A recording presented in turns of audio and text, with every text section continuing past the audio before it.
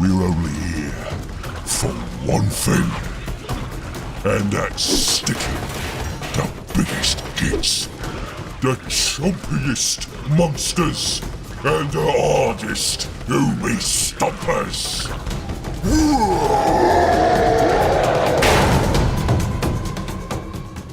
Are the Beast Snaggas any good? Let's find out. The Beast Snaggas are a sub-clan with their own abilities, but they can be used as part of any other clan. There are some synergies with snake bites, but then the choice is yours. So for the Beast Snaggas, they have some general rules. They get a +1 to hit against vehicle and monsters, and a 6+ invuln. And if you're looking to use it with snakebite, their rules are wound rolls of 1 to 3, auto fail, and squig models get a +1 to wound on the charge. And one thing you're going to do with squig models is charge them. I've grouped all the Beast Snagga models into tiers, so let's have a look at them. Tier 3, and this is generally the ones that you're not going to play that often. First, the Pain Boss at 80 points. It can do healing, but only for Beast Snaggas. It gives out a 6+ feel no pain for anyone within 3 inches. A normal Pain Boy can do this as well, but for any Orc infantry or biker, and it does it all for 10 points less. The Word Boy, 70 points. Uses powers from the Beast Head discipline. To be honest, the Word Boy has access to better powers, and the Word Boy is actually better just having him included in the kill rig, which is a fantastic unit. Zogrod Wart Snagga, the cheapest HQ after Makari, only 65 points. And other than the point savings, he's not really worth it. Gretchen aren't that good, which is a real shame, as I had some high hopes of making a Grot army in the 9th.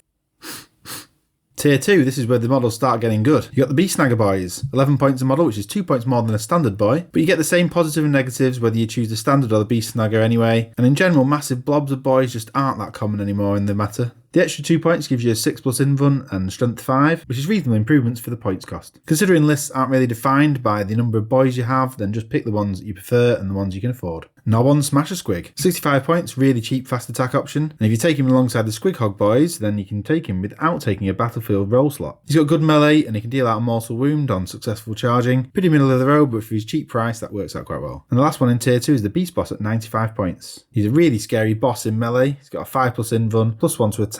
He gives out a +1 to attack in melee aura, and he's certainly worth taking with the right Warlord trait and relic, as he'll dish out some damage. The only reason why this guy isn't in tier 1 is because of the number of better Warlords that are available. In tier 1, these are the best options and potentially must-plays in most armies. The Squig Hog Boys at 25 points a model, a nice toughness 6 rival to the War Bikers, not as fast with 10-inch movement, but far superior melee. You get 5 strength 6 attacks at 2 damage, and if they're snake bites, they also get a +1 to wound. You can take a Squid Bomb for only 5 points, which dishes out D3 mortal wounds, so you might as well do. The Orks are actually pretty spoiled for fast attack choices. I mentioned it before, but it's the kill rig. 190 points, and it excels in lots of areas. It's fast with movement 12, durable with toughness 8 and 16 wounds, also has Ramshackle for -1 damage. It's a Psyker with 2 casts, amazingly strong in melee with 14 attacks altogether. 4 of these are strength 9, -2 AP and 3 damage. 6 attacks at strength 10, -2 AP and 2 damage. Also some great shooting with indirect fire, auto hitting, and specific anti-monster and vehicle shooting. Not forgetting the Ground Shaker Shell strat for 1 CP. Use this when you hit a unit and its movement is then halved. In addition, it's -2 to advance and charge for them. This is truly insane value. Expect to see 1 or 2 of these in most lists. The Beast Boss on Squigosaur,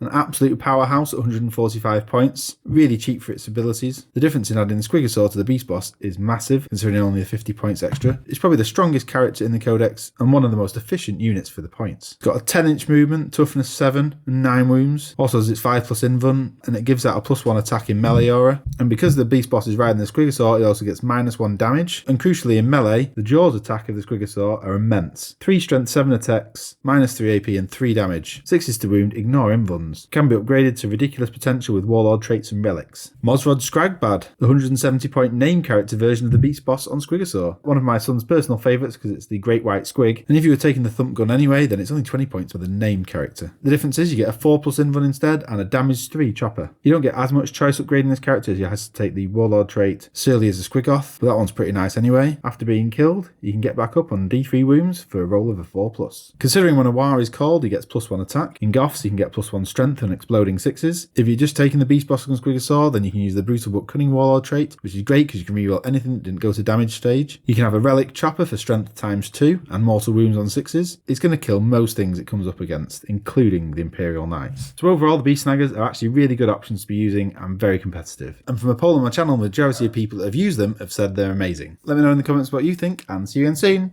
Bye!